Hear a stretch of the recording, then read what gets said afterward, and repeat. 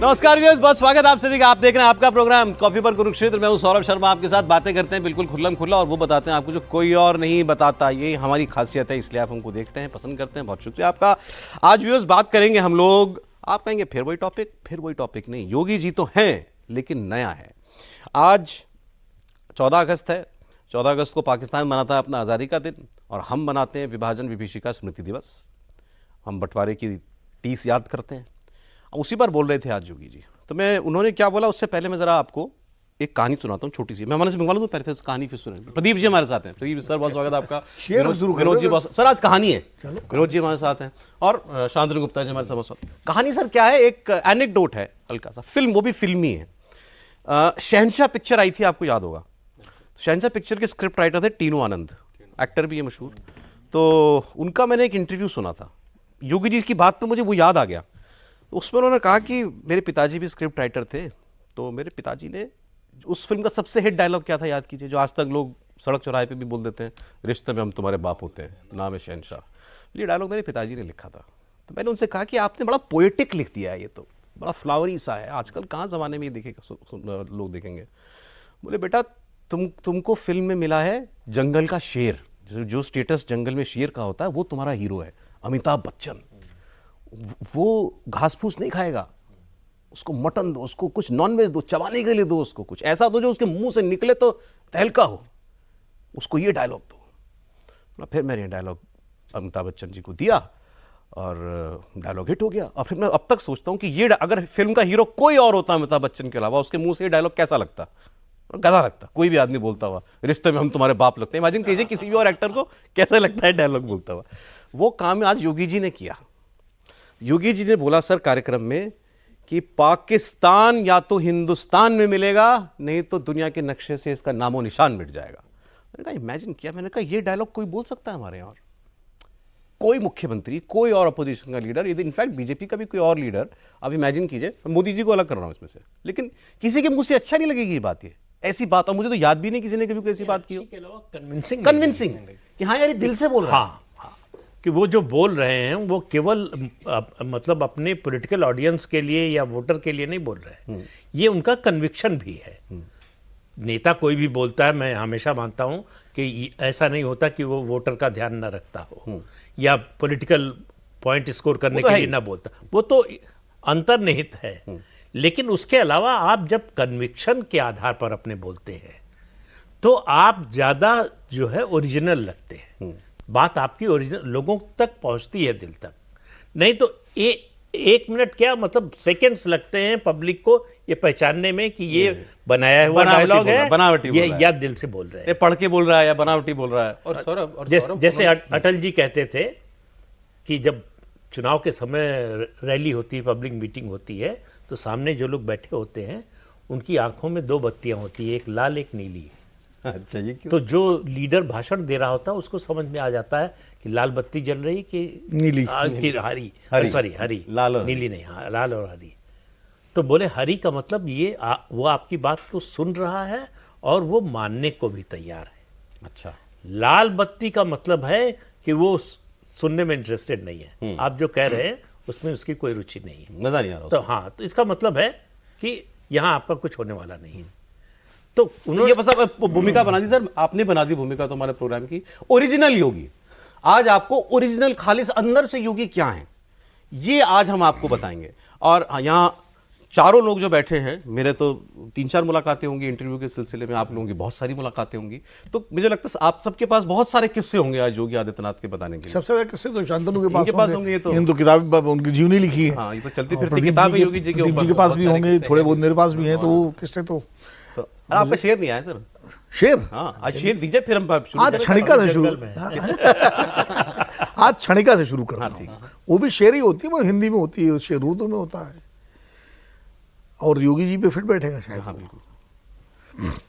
आपने कहा ना ओरिजिनल योगी, तो मैं उसी आदमी आकाश को भी जानता है, आदमी आकाश को भी जानता है, आदमी पाताल की तह छानता है, खोजता भूगर्भ की सारी हड्डियां, क्या बात, पर अफसोस अपने को नहीं पहचानता। क्या बात है, वाह। तो योगी जी पे कैसे? योगी जी एक मुख्यमंत्री योगी और एक सन्यासी योगी। जब योगी जी सिर्फ सन्यासी थे और सिर्फ गोरखपुर के सांसद थे तब, और आज उत्तर प्रदेश के मुख्यमंत्री और देश के तमाम मुख्यमंत्रियों में सबसे ज़्यादा चर्चित, सबसे ज़्यादा लोकप्रिय, सबसे ज़्यादा कहा जा सकता है उनके बारे में सबसे लोकप्रिय। हाँ, तो कितना मतलब व्यक्तित्व में फर्क आ जाता है कि आज योगी जी अगर कुछ बोलते हैं तो देश में उस पर ध्यान दिया जाता है। लोग समझते हैं भाई योगी जी बोल, जैसे हम ही लोग बात कर रहे हैं, विरोधी कमेंट करते हैं, विरोधी कमेंट करते हैं, रिएक्ट करते हैं, हम लोग बहस है ना, करते हैं। हम लोग बहस करते हैं। इसके बारे योगी जब सांसद थे तो ठीक है, भाषण दे के चले जाते थे। बहुत सारे लोग जो है टिप्पणी करते उनकी लाइफ के 3 फेजेस हैं जैसा आपने बताया। एक जब केवल सन्यासी, केवल सन्यासी, एक और जब पॉलिटिक्स में उसके आए, बाद पॉलिटिक्स में आ गए, सांसद हो गए, सांसद। और तीसरा फिर ही मुख्यमंत्री। मेरी किताब में उनका बालक जीवन, उनका कॉलेज जीवन जो बड़ा इंपॉर्टेंट इसलिए है क्योंकि बहुत सारी चीज़ें जब मैं बात करता हूँ तो मुझे लगता है कि ये तेवर क्या 10-11 साल के बच्चे में होता है। मतलब उनकी गाय को किसी ने थोड़ा हर्ट कर दिया, उसके वो पट्टी बांध रहे हैं और फिर एक टीले पे जाके खड़े होते हैं। पहाड़ों में रहते थे वो, कोटद्वार एक जिला है, एक शहर है पौड़ी गढ़वाल में। कहते किसी ने मेरी गाय के साथ फिर कुछ करा तो मुझसे बड़ा कोई नहीं होगा। अच्छा। अब 10-11 साल के बच्चे में अब वो क्या कर पाते पता नहीं, तेवर था। लेकिन एक तेवर और एक कम्युनिटी की। और ऐसे कॉलेज में गए, एक लड़की चुनाव लड़ रही है, रात हो गई 7-8 बजे, पहाड़ों में अंधेरा भी बड़ा थोड़ा सा सन्नाटे जल्दी वाला हो अंधेरा जाता होता है। सामने से बस आ रही नहीं। आपको पता है कॉलेज के बच्चों के लिए लोग ना रोकते नहीं है क्योंकि ये WT चढ़ जाएंगे, दिखाएंगे पास है। तो 7-8 बच्चे थे, ये घुसे अंदर। बस पहले तो ये सामने खड़े हो गए, चलती हुई बस में पहाड़ की वादी में खड़े हो गए। अच्छा। बिल्कुल यहाँ पे बस रुकी और फिर लोगों ने चिल्लाया, अजय, अजय नाम था इनका, अजय सिंह बिष्ट। और ये अंदर घुसे और कहे सबके पैसे मैं दूंगा। सबने कलेक्ट करके दे दिए, लेकिन ये जो एक ओनरशिप लेना कि भाई अगर ये रात में बच्चे लेट हो रहे हैं, बहुत सारे बच्चे बराबर से ऐसे बड़े कुछ नहीं थे, तो भी कुछ भी नहीं था। बल्कि एक बार चुनाव भी लड़े, वो भी हार गए विद्यार्थी परिषद का। विद्यार्थी परिषद से टिकट नहीं मिली तो इंडिपेंडेंट लड़ लिए। ये भी है, विद्यार्थी परिषद ने टिकट नहीं दी इनको तो आना था, लेकिन राजनीति में आना था। नहीं देखिए, नहीं आना इसलिए कि उनके पीठ की परंपरा है कि कोई एक व्यक्ति पीठ से राजनीति में जाएगा, इसीलिए वो आए। उनके गुरु भी आए, उनके गुरु बाबा गुरु भी आए। बाबा गुरु भी थे उनके, दिव्या तो इसलिए जो है ये उनकी पीठ की परंपरा है, इसलिए राजनीति में आए। राजनीति में उनको आना था इसलिए नहीं आए।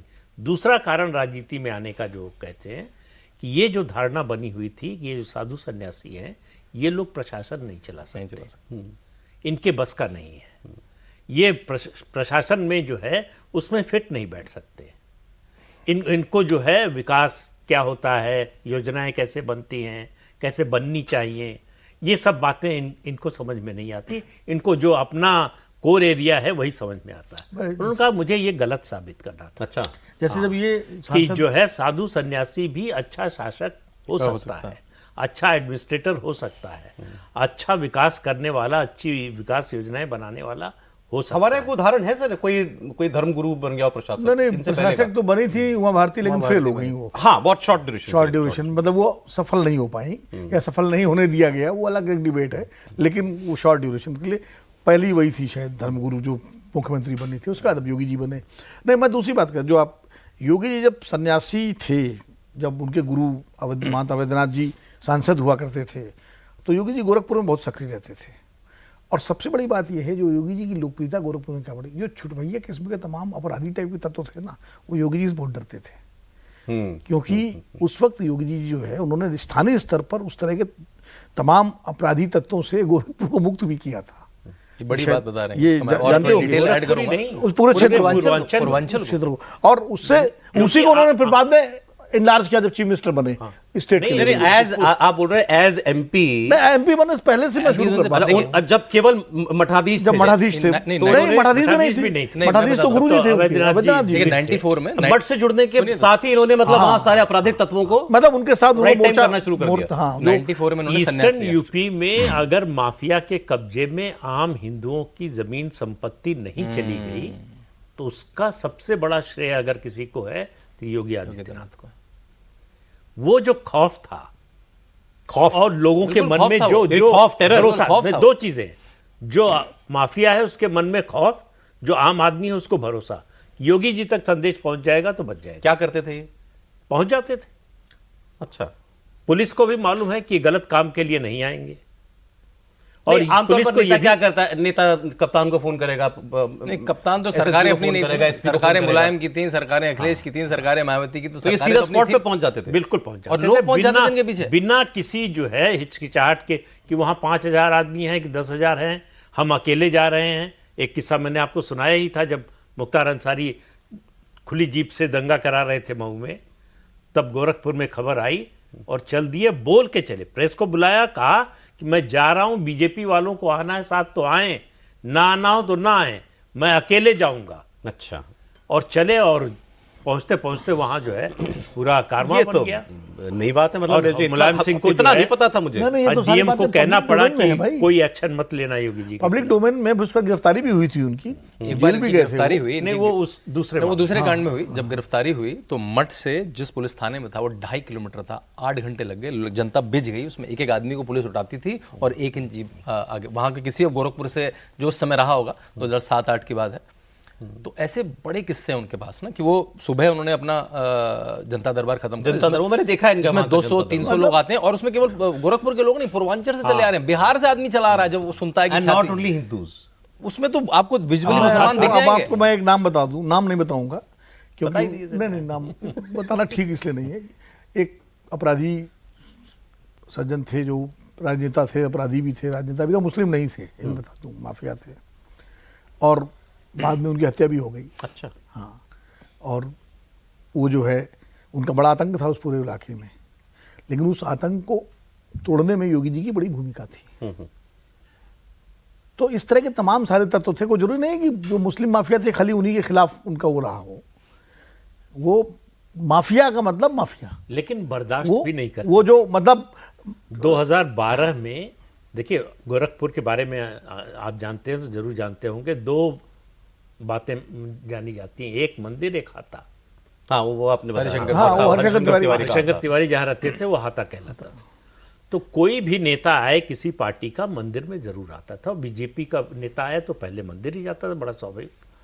राजनाथ सिंह पहले हाता गए, अच्छा, हाँ, और उसके बाद जब चुनाव में टिकट वितरण का आया तो उनकी बात नहीं सुनी गई, रिवोल्ट कर दिया, अपने उम्मीदवार लड़ाए, बीजेपी बुरी तरह से हारी। गोरखपुर मतलब जितने जिता पाए उससे ज्यादा उन्होंने हराया हरवा बीजेपी के उम्मीदवारों को। कि ये जो है मतलब उन्होंने अपनी प्रतिष्ठा नहीं, ये मंदिर का मंदिर की प्रतिष्ठा। हाँ, अरे हाथा वाले जो थे वो मंत्री थे राजनाथ जी की सरकार में, हरिशंकर तिवारी उनकी सरकार मंत्री भी थे, कल्याण सिंह सरकार पहले मंत्री तो थे, बाद इसलिए में जो है वो कॉम्प्रोमाइज नहीं करते। सबसे बड़ी बात यह है कि उससे हट जाएंगे, अलग हो जाएंगे या विद्रोह कर देंगे, लेकिन कॉम्प्रोमाइज। ये आप सोचिए कि जो है, एक छोटा सा किस्सा सुना रहे हैं। उनका भांजा आया काम की तलाश में, मठ में उसको हिसाब रखने का काम दे दिया उन्होंने। एक दिन 5 रुपए की गड़बड़ मिली थी, अच्छा, लाठी से मार के उसका हाथ तोड़ दिया। उसके बाद उसको गौशाला में लगा दिया, हाँ, गाय फिर वहां से नहीं हटने दिया। तो ये जो अनकॉम्प्रोमाइज, क्योंकि मुझे ये तो ये लगता है कि गुस्सा अपने है। ये गुरु तो से अब सुनो। इसमें अपनी एक तो ये आ गया कि भाई प्रिंसिपल की बात है, बेईमानी नहीं करनी है या आप अपराधी तत्व मुझे स्वीकार नहीं है। ये इसमें गुस्सा है उनके अंदर, तेवर है, टेम्परामेंटल है, क्या है? देखिए, टेम्परामेंटल तो मैं नहीं कहूँगा, मतलब कि ये जीरो टॉलरेंस है। एक तो तुम मेरे परिवार से आते हो, मैं परिवार वालों को अपने आसपास, अतः उनका कुछ नहीं, उनके जो 5-6 भाई बहन, आपको सबके बारे में पता होगा, एक फौज में है, एक टीचर है, एक फूल बेचती है, किसी के बारे में आपने शायद टीवी में भी एक आध बार आपके किसी के अब हम ही लोग पहुंच जाते हैं तो हमने तो दिखा आ गया, दिया। नहीं तो नहीं, वो तो आपको नहीं मुख्यमंत्री बनने के नहीं बाद। दिखेगा। तो ये बात कि भाई तुम मेरे परिवार से आते हो, और जो दान चंदे का पैसा है, जो मठ मठ बहुत बड़ा मठ है। आप किसी होटल में रहेंगे, किसी धर्मशाला में रहेंगे, तो वो भी मठ की जमीन पे बना होगा। ऐसे कम शहर हैं जो किसी गोरखपुर, शहर का नाम है गोरखनाथ मठ, अब जैसे ये तस्वीरें लगी है ना, इसमें भी गुस्से में नजर आ रहे हैं। हाँ, उनके ऐसे फोटो ज्यादा है। नहीं, इसमें तो उनके आपने आप जब मिलते हो, मतलब क्या है, मतलब उनका सेंस ऑफ ह्यूमर बहुत अच्छा है। उनको Sense of humor? Sense of humour है, वो बहुत बढ़िया जोक मारेंगे आपको। उनका सटायर अच्छा है, और वो बहुत पढ़े लिखे व्यक्ति हैं। देखिए, आज जो बात से शुरू हुआ कि पाकिस्तान अलग हो जाएगा या फिर हट जाएगा या भारत में विलय हो जाएगा, उन्होंने उसको बेस करा एक लिटरेचर में। उन्होंने कहा, महर्षि अरविंद ने कहा था कि इसका कोई आध्यात्मिक धरातल नहीं है पाकिस्तान का, मतलब उसकी कोई जड़ नहीं है। तो वो तो ऐसे एक बवाल में क्रिएट कर दिया। वापिस ही आएगा। वापिस आ जाएगा। तो उसको एक एकेडमिक में रूटेड भी है। मैं जब उनकी रिसर्च करी तो देखा वो संसद में, देखिए जैसी संसद अर्जन होती है तो होता क्या है, या तो आप सेंट्रल हॉल में चला के गपशप करते हैं, या कैंटीन में बैठ जाते हैं, या घर चले जाते हैं। अब ये तीनों में से कुछ नहीं करते थे, ये लाइब्रेरी में चले जाते थे। इन्होंने लाइब्रेरी से किताबें शुरू कर रखी हिंदी में, एडम स्मिथ से लेकर कार्ल मार्क्स तक, मतलब वो पूंजीवाद भी पढ़ रहे हैं और कैपिटलिज्म भी पढ़ रहे हैं। आप उनसे कई बार ये मौका नहीं बढ़ता। एक बार मुझे याद है इन्होंने ओशो को कोट कर दिया था, तो अरे आप उनसे उन्होंने बात करेंगे तो- बड़ा अखिलेश यादव ने बड़ा बोला, अरे ये कोट आप डायलॉग भी बोला तो ओशो का डायलॉग। मुझे प्रदीप जी एक बार याद है, जो पिछली बार कुंभ हुआ था, इस बार फिर कुंभ है, पिछली बार अर्ध कुंभ था, तो जो इस बार मेलाधिकारी थे जो कुंभ की जो कॉफी टेबल लेके गए, तो उसमें वो संस्कृत की मात्राएं गलत कर रहे हैं, कह रहे कल्पवास क्या होता है, आपने डेफिनेशन गलत लिखी है। तो वो देखिए बीएससी करी है, एमएससी उन्होंने बस 3 महीने छूट गए, वो वापस आ गए, और वो पूरे वैदिक परंपरा से पढ़े हुए विद्वान भी हैं। तो एक विद्वान व्यक्ति हैं वो, और वो खूब उन्होंने समाज शास्त्र लेके सबकी पढ़ाई करी है। तो वो आपको जब उनसे बात करेंगे तो उसमें बहुत सारी विद्वता दिखती है, तो उसमें आनंद आता है उनसे चर्चा करने में किसी विषय में। अंग्रेजी में पढ़ लेते हैं। बिल गेट्स जब वो मिलिंडा गेट्स फाउंडेशन का आया था, उन्होंने पूरा जो विज्ञापन जो विज्ञप्ति थी वो इंग्लिश में पढ़ी थी उसके सामने सारे ऑफिसर। अच्छा, उन्होंने खुद रीड करी थी? उन्होंने खुद रीड, पेपर से रीड करी थी। तो पेपर रीड करते हैं वो इंग्लिश के पेपर, हाँ फ्लुएंट नहीं है, प्रैक्टिस हो जाएगी। ठीक है, कुछ ये कोई हमारे यहाँ वो थोड़ी है, नहीं अंग्रेजी आना कोई योग्यता है? एग्जैक्टली कई बार थोड़ी सी आसानी हो जाती कई बार है। एक एडमिनिस्ट्रेटर के लिए कभी-कभी जरूरत होती है। एक एडिशनल योग्यता, आजकल बहुत सारे अतिरिक्त योग्यता है, लेकिन खाली वही और योग्यता ये सवाल मैंने इसलिए भी कहा ना क्योंकि अखिलेश यादव इस बात का बड़ा मजाक उड़ाते हैं ना। नहीं, वो पूरी इंग्लिश पढ़ मुख्यमंत्री जी को लेते हैं, अंग्रेजी नहीं आती। इंग्लिश पढ़ लेते हैं। आपको वो अपने टैब से कुछ डेटा दिखाएंगे। उनकी अंग्रेजी अखिलेश यादव से खराब नहीं है। तो अखिलेश यादव तो ऑस्ट्रेलिया में जाके आगे तब भी लड़खड़ाती इसी गलत ग्रामर की इंग्लिश बोलते हैं। अंग्रेजी हिंदी का एक आपको आज तक नहीं बताते कि कौन सी डिग्री लेके आए। वो पास नहीं करी उन्होंने, एनवायरमेंटल इंजीनियरिंग, इलेक्शन उसमें नहीं लिखते, पर्चों में नहीं लिखते। एनवायरमेंट से जुड़ा नहीं, वो तो उन्होंने यहाँ पढ़ा था। कहते हैं लेकिन वो लिखते नहीं है। देखिए आपको एक बड़ा अच्छा किस्सा बताता हूँ अंग्रेजी और हिंदी का, थोड़ा सा संदर्भ अलग है। खुशवंत सिंह और कमलेश्वर जी दोनों टाइम्स ग्रुप में थे। दोनों कमलेश्वर सारिका के संपादक थे और खुशवंत सिंह थे वीकली के, इलस्ट्रेटेड वीकली। तो खुशवंत सिंह अंग्रेजी की अपने वर्चस्व की बात कर रहे थे, तो कमलेश्वर ने उनको टोका, और ये कमलेश्वर जी ने खुद बताया किस्सा मुझे, इसलिए मैं बता। उन्होंने कहा देखिए खुशवंत जी, आप अंग्रेजी के आदमी हैं, लेकिन जैसी आपकी हिंदी है, और मैं हिंदी का आदमी हूँ, उस हिंदी से, आपकी हिंदी से मेरी अंग्रेजी ज्यादा अच्छी है, और मेरी हिंदी से आपकी अंग्रेजी कमजोर है जितनी मुझे हिंदी आती तो यही हाल है यहाँ भी। तो इसलिए अंग्रेजी हिंदी में ये किस्सा मैं बहुत कोट करता हूँ। तो इसलिए अंग्रेजी अरे मुझे लगता है ये, मुझे नहीं लगता ये स्क्रिप्टेड बातें करते हैं बहुत कम। अब ये तो नेता कभी-कभी तो, हर बड़े नेता का भाषण कोई तो लिखता ही होगा, मगर कई बार लगता है जो डायलॉग दिया है ना, जैसे अच्छा याद आ गया, मैं तो हाथ में डायलॉग लेके बैठा था, फिर अभी वही अमिताभ बच्चन वाली कहानी याद कीजिएगा जो मैंने आपको सुनाई, शहनशाह वाली कहानी, रिश्ते में तो हम तुम्हारे बाप होते हैं, अमिताभ बच्चन के अलावा किसी और के मुंह से सुनते तो कैसा लगता आपको, ऐसा ये डायलॉग है। योगी जी के अलावा कोई और नेता बोल रहा होता तो कैसा, कायदे में रहोगे तो फायदे में रहोगे, कायदे में रहोगे तो फायदे में रहोगे, योगी जी का डायलॉग। लेकिन वो आप जो डायलॉग पढ़ रहे हैं, वो जो अफसरों से और कई मंत्रियों से जो बातचीत करते हैं उसको कोट नहीं किया जा सकता। कुछ इशारा काफी है, इशारा काफी है। अगर आप गलत हैं तो फिर आप बच नहीं सकते, उनके कोप से जो है बचना, उसमें मातृभाषा का पूरा प्रयोग होता है, पूरा प्रयोग, भाई मातृभाषा जनभाषा जनभाषा का पूरा प्रयोग होता है। ठीक है, अच्छा दूसरा, इसी हाउस में ये बड़ा फेमस हुआ था, अखिलेश जी के सामने बोला था, इसी हाउस में कह रहा हूं माफिया को मिट्टी में मिला देंगे, और उसके बाद इसकी तो टी शर्ट बनने लगी है, माफिया को मिट्टी में मिला देंगे, टी शर्ट लड़के पहने। नहीं, ये भी बोला था उसी हाउस में कि ये गलत फहमी में कोई न रहे कि कयामत का दिन आया, कयामत कभी नहीं आएगी। ये तो बड़ा लोडेड है सर, ये भी बहुत लोडेड है, ये तो बहुत लोडेड है। हाँ, ये हाउस में बोला था। अच्छा, हाँ। इस चौराहे पर अगर, एक चौराहे पर अगर बहन बेटियों को छेड़ा तो अगले चौराहे पर यमराज खड़ा होगा। फिर साहब, नो कर्फ्यू नो दंगा, यूपी में सब चंगा। इसका तो खैर पॉलिटिकल लोगों ने काफी वो भी किया, बाद में इस्तेमाल भी किया। एक और है ये, रंगदारी ना फिरौती, अब यूपी नहीं है किसी की बपौती। तो यही तो यूएसपी है, यही उनकी पॉलिटिकल यूएसपी है। कई बार बड़े नेताओं में जैसे मैंने देखा है, दिख जाता है कई बार, हालांकि नेता लोग अवॉइड करते हैं कि आप लोगों को, हमारे कैमरे लगे हैं सामने, हाँ, तो उसमें कई बार नजर नहीं आता, कई बार दिख जाता है। बड़ा नेता कई बार होता है ना, प्रॉम्प्टर पढ़ रहा होता है, साइडों में लगे होते हैं, कांच के शीशे आपको से दिखाई देंगे, वो पढ़ रहे होते हैं। इनके केस से मुझे कभी नजर नहीं आया। बहुत बार मेरे ख्याल से शायद अयोध्या मंदिर का जब उद्घाटन हुआ था तब उन्होंने कागज से स्पीच पढ़ी थी। कभी इन्वेस्टमेंट समिट होती है तो कुछ टर्म्स, आंकड़े, बहुत मतलब पिछले 7 साल में 3-4 बार ऐसे किस्से मुझे याद आते हैं कि मैं सारी स्पीच फॉलो करता हूँ, उसमें कुछ ना कुछ स्टडी करता हूँ। 3-4 बार शायद उन्होंने, जब बहुत ही थोड़ा सा गंभीर विषय रहा होगा, इन्वेस्टमेंट समिट में 1-2 बार और अयोध्या के विमोचन में इन्होंने कागज लेके पढ़ा था। बाकी तो आपने देखा इम्प्रॉम्प्टू पर्ची भी नहीं होती है, जो रिमाइंडर स्लिप होती है ना कि ये पॉइंट्स कवर नहीं, देखिए कोई ऐसी बात देखिए उधर वक्ता decimal वो को जो अपना है डेटा याद भाषण और वक्ता वो जब सांसद नहीं थे उसके तब से वो एक मुझे बड़े इफेक्टिव वक्ता लगते हैं। हाँ, नहीं वही मैं कह रहा हूँ वो उनको पहले मालूम है कि ऑडियंस को क्या अच्छा पहले लगेगा भी वो और स्टार क्या बोलना प्रचारक है। के रूप में भारतीय जनता पार्टी उनको भेजती थी जगह जगह।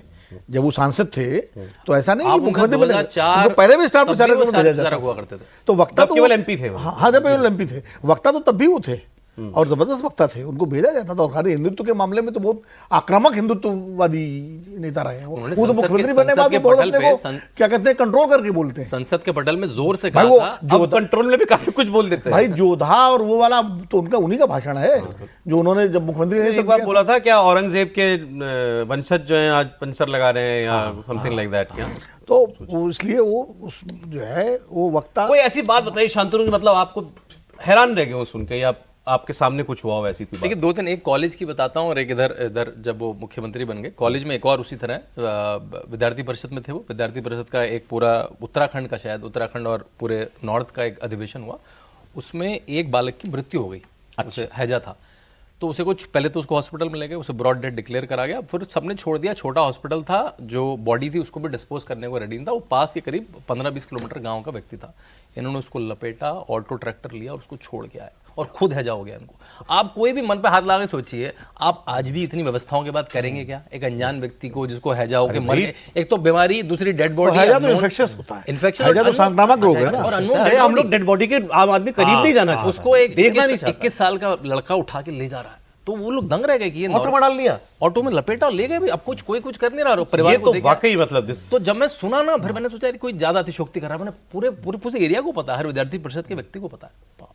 अब आता हूँ इधर। मैं एक बार मैं एक मीटिंग में बैठने को मिला था जब मैं डॉक्यूमेंट कर रहा था उनको। उन्होंने कहा था फ्लाई ऑन द वॉल पीछे बैठे रहिए।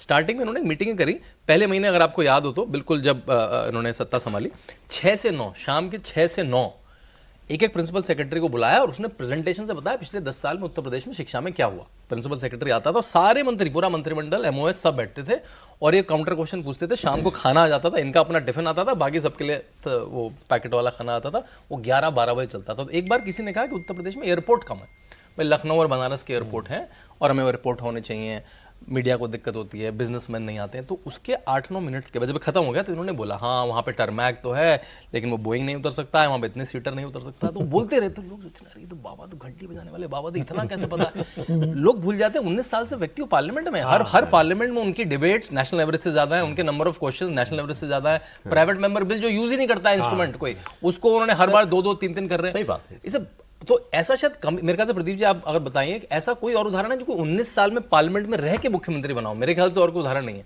इतने लंबे समय तो वो जो एक्सपीरियंस है कि ऐसे कॉल पे गडकरी जी को उठा के बात कर लेना। नहीं तो होता क्या है, आपका प्रिंसिपल सेक्रेटरी को लिखता है और काम होता है। तो इनकी जो ये सारे पार्लियामेंटेरियन से जो बिल्कुल रैपो है ना, उससे उत्तर प्रदेश को बहुत फायदा होता है। ये आपको सेक्रेटरी भाई बताएंगे। यही तो पीड़ा केशव प्रसाद मौर्य की है कि MP तो वो भी थे, प्रदेश अध्यक्ष बने थे, 19 साल तक, उन्हीं को 19 साल थी। तक, 26 साल से व्यक्ति- आप जो है उनके हरे जख्म जो है हरे कर रहे हो। अब सर ये तो जनता के दिल की बात है, कोई भाया तो भाया, नहीं भाया नहीं भाया। नहीं वो कह रहे हैं जनता ने तो हमें बनाया था। उनका तो दावा ये है कि वो अध्यक्ष मैंडेट उनको मिला था। अध्यक्ष तो जनता को, पार्टी के संरचना है वो तो जोड़ में जनता को अरे पता मैंने है। बाहर क्योंकि मैंने कभी देखा नहीं था और अब तो 7.5 साल हो गए, 8 साल होने वाले हैं एज चीफ मिनिस्टर। तो कभी मैंने इनको फॉरेन विजिट पे नहीं देखा। नहीं गए, फॉरेन गए, 3 बार गए हैं सांसद के बनने से, सांसद के तौर पर। सांसद के मुख्यमंत्री तौर के पर। तौर पर। एक बार गए, 2018 गए, As a CM 2018 गए, मॉरिशस गए, मॉरिशस गए जहाँ तक मुझे पता है। और वहाँ उनका विरोध भी हुआ था, मुझसे भी किसी ने लेख लिखवाया था कि ये विरोध हो रहा है, आप इसके अगेंस्ट में क्या लिखेंगे। अच्छा। 2 दिन की विजिट वहाँ पहनते यही हैं, लेकिन जैसे मोदी जी नहीं, वो तो बाहर ड्रेस जाते थे, देखिए। सफारी सूट पहन लेते थे। नहीं वो तो सन्यासी हैं, उनको तो देखिए वो तो गेरुआ ठीक तो है, छोड़ ड्रेस तो सकते वही हो। रहेगी, ड्रेस चेंज नहीं। वो सन्यासी का बल्कि वो- तो वेश जो है वही रहेगा। वो हो सकता है वही गर्म कपड़े पहन ले, ठंडा प्रदेश हो, वो अलग बात है। लेकिन ड्रेस नहीं है कि वो वो भी पता वो लगा साउथ ईस्ट वहाँ एशिया में सफारी गए सूट कभी। पहन ले नहीं, जाकर के, हाँ, धोती ही पहनेंगे। वही पहनेंगे जो पहनते हैं। धोती भी वो वाली जो वो बोलने वाली लुंगी। है। और वेस्ट इंडीज की country, वेस्ट इंडीज की एक बार। वहीं जाने वाले थे जब मुख्यमंत्री बने हैं। हाँ वो भी एक किस्सा है। एक डेलीगेशन जो है लेकर प्रधानमंत्री के पास, सुषमा स्वराज उस समय विदेश मंत्री थी, गई थी कि ये डेलीगेशन जाना, किसको लीड करना चाहिए। प्रधानमंत्री ने कहा कि योगी जी से बढ़िया करो, तो उनका नाम हेड ऑफ द डेलीगेशन हो गया। जब जाना था उससे 1 हफ्ते या 5 दिन पहले वो फॉर्मल एक तरह से अप्रूवल लेना होता है। वो फाइल गई तो मोदी जी ने नाम काट दिया। अच्छा, योगी जी उनमें तय तो हो गया सुषमा होगा ना। स्वराज फाइल लेके गई, आप ही ने कहा था और आपने नाम काट दिया, तो बोले उनकी उत्तर प्रदेश में जरूरत है, बस इतना। तो अभी चुनाव हो चुका था, नतीजे आने वाले थे, और उसके बाद क्या हुआ मालूम है आपको। सर अब मेरे पास आखिरी 1.5-2 मिनट है। आप तीनों से हम ये जानना चाहते हैं, आपको योगी एज चीफ मिनिस्टर या एज भाई उनकी पर्सनालिटी में सबसे खास बात, सबसे स्ट्राइकिंग बात क्या लगती है? आप ही बताइए पहले। नहीं कि अंदर और बाहर एक ही है। अच्छा, ऐसा नहीं कि हम मानते कुछ है और बोलते कुछ है। चौकी और चौके की बात में जो अंतर होता है वो योगी जी के साथ नहीं है। हिंदुत्व पर उनका जो स्टैंड है, जो उनकी सोच है, जो विचारधारा है, वो आपसे ड्राइंग रूम में बात करेंगे तो भी वही बोलेंगे, सदन में बोलेंगे तो भी वही बोलेंगे। तो वहां कोई कंफ्यूजन नहीं है। ओके। ज्यादातर हिंदुत्व वाले नेताओं की और बीजेपी के खास तौर से मैं कहता हूं, एक जो है हीन भावना जैसी रहती है, कॉम्प्लेक्स रहता है। कॉम्प्लेक्स रहता है कि हम अगर बोलेंगे ये बात तो हमको कम्युनल समझ लिया जाएगा। ये बात अखबार में जो है छप जाएगा, इकोसिस्टम ने बुराई दिमाग में बिठा दी है कि हिंदू के पक्ष में बोलना सांप्रदायिकता है, मुसलमान के पक्ष में बोलना धर्मनिरपेक्षता है। उससे मुक्त है वो। ठीक, बड़ी बात है। सर आपको क्या लगता है? अब ये बात तो खैर प्रदीप जी ने कही थी। मुझे लगता है उनकी जो पारदर्शिता है, ट्रांसपेरेंसी जो है, जैसे अकेले सन्यासी व्यक्ति हैं, कोई उनका निजी स्वार्थ जो होता है ना, वो नहीं है। वो उस मामले में सब कुछ उनका खुला हुआ है, जिस तरह से उनका पूरा जीवन, उनकी पूरी खुली किताब है। वो एक बड़ी बात है जो आमतौर पर किसी भी राजनेता आजकल सार्वजनिक जीवन में मुश्किल है। कोई डायरी नहीं है छुपी हुई। हाँ, सार्वजनिक जीवन में ये चीजें मुश्किल है, खासकर नेताओं में। जो पहले हुआ करती थी कि जो जिसकी बात प्रदीप जी ने भी की, वो तो वैचारिक बात कर रहे हैं, लेकिन जीवन में भी कि आपका आचरण कुछ है, सोच कुछ है, कहना कुछ है, सुनना कुछ और है। बताऊं आपको हमारी और हंसी उसमें- सुनिए, हंसी बड़ी बाल सुलभ है। अच्छा। अभी हंसते हुए देखे, इतना खिलखिला के हंसते ठाका मार के हैं हंसते जैसे कोई दिल से हंसता है ना। अच्छा। उस तरह से। और उसमें और जो- अगर किस्सा सुना रहे हो, हंस रहे हो, तो वो दृश्य देखने लायक होता है। हाँ, और ईमानदारी जो है ना, ईमान, वो एक बड़ी चीज है जो आज की तारीख में रेयर है राजनीति में। नहीं, आपने कहा ना कि कोई मतलब कोई बैगेज नहीं कोई है ना, बैगेज नहीं है किसी कुछ तरह नहीं। का बैगेज सर मैं आजकल मुझे डर ये लगने लगा है कि लोग ये ना कहें कि भाई हमारा नेता जो है या मुख्यमंत्री प्रधानमंत्री छड़ा ही होना चाहिए। कोई परिवार का कॉन्सेप्ट ही ना हो। देखिए, लाल बहादुर शास्त्री कौन सा छड़े थे, परिवार था, कोई ऐसा ठीक है, थोड़ी तो था। मैंने ऐसे कोई छड़ा होना कोई क्वालिफिकेशन नहीं है, वो आपके चरित्र पर निर्भर करता आप है। last बहुत सारे topic, नेता ईमानदार last नेता रहे, शादीशुदा रहे। देखिए, मेरा क्योंकि विदेशों में जाना होता है और मैं इंटरनेशनल राजनीति को भी बहुत क्लोजली वॉच करता हूँ, मेरे ख्याल से उनका जो बायोडाटा है, उनका सीवी है, वो इंटरनेशनली मेरे ख्याल से सबसे समृद्ध है। मैं क्यों कह रहा हूँ, सुनने में बड़ी बात है। ऐसा कोई पॉलिटिशियन बता दीजिए विश्व में जो 19 साल उसकी नेशनल पार्लियामेंट रहा हो, 7 साल किसी इतने बड़े से वहाँ पे कहीं पे गवर्नर बोलते हैं, कहीं पे काउंटी हेड बोलते हैं, उसका हेड रहा हो, और ये सब करने के बाद वो केवल 52 साल का हो और पूरी कंट्री में एक्सट्रीमली पॉपुलर हो। ऐसा शायद ही नरेंद्र मोदी के पास वो दूसरा मुख्यमंत्री है जिसके बारे में बीबीसी से लेकर न्यूयॉर्क टाइम्स लिखता है। मैंने किसी मुख्यमंत्री के बारे में मोदी को छोड़ के किसी विदेशी मीडिया को कभी लिखते हुए ज्यादा नहीं देखा। तो ऐसा पॉलिटिकल सीवी मेरे ख्याल से विश्व में किसी का नहीं होगा जो 52 साल एक समय था जब 52 साल में जब इतना एक समय था जब चंद्रबाबू नायडू, जब उन्होंने साइबराबाद बनाया था, उस उन्होंने एक image cultivate उस की दौर थी। में वो दो एक लोगों ने, हाँ, एसएम कृष्णा और चंद्रबाबू नायडू। सर एसएम कृष्णा वो तो मतलब पुरानी बात होगी तो मुझे याद नहीं, वो तो किसी और देश का भाषण पढ़ा नहीं, वो तो एज विदेश मंत्री, वो तो विदेश मंत्री, लेकिन ये सीएम के रूप में वो भी कैसे हो सकता जब बंगलौर को उन्होंने सिलिकॉन वैली बनाया। अब आप मतलब ऐसा है कि उम्र का उतना महत्व नहीं होता जितना आपकी मानसिक अवस्था का, अलर्टनेस इतनी है। उससे फर्क पड़ता है। ठीक है। अदरवाइज एसएम कृष्णा Krishna also was. At one time popular. नहीं, when he was chief minister, he was popular and a good administrator also. तो देखिए साहब, योगी जी के बारे में नई बातें पता लगी ना आपको। मैंने कहा था रिपीट एपिसोड नहीं लगेगा आपको, और ये बातें कहीं और आपको पता चलती, कोई ऐसे आपको बताएगा ये बात कि योगी जी खिलखिला के हंसते हैं। बाल सुलभ बाल सुलभ हंसते हैं। आप जरा अब ताक में रहिएगा, किसी कहीं प्रोग्राम में दिख जाए योगी जी तो, या कोई हम में से ही शायद कभी किसी कोई प्रोग्राम में कहते हैं योगी जी जरा हंस दीजिए। बहुत शुक्रिया प्रदीप जी, बहुत धन्यवाद सर। विनोद जी बहुत धन्यवाद आपका, शांतनु बहुत शुक्रिया, बहुत मजा आया वैसे आज के प्रोग्राम में, मुझे आपको भी बहुत अच्छा लगा होगा।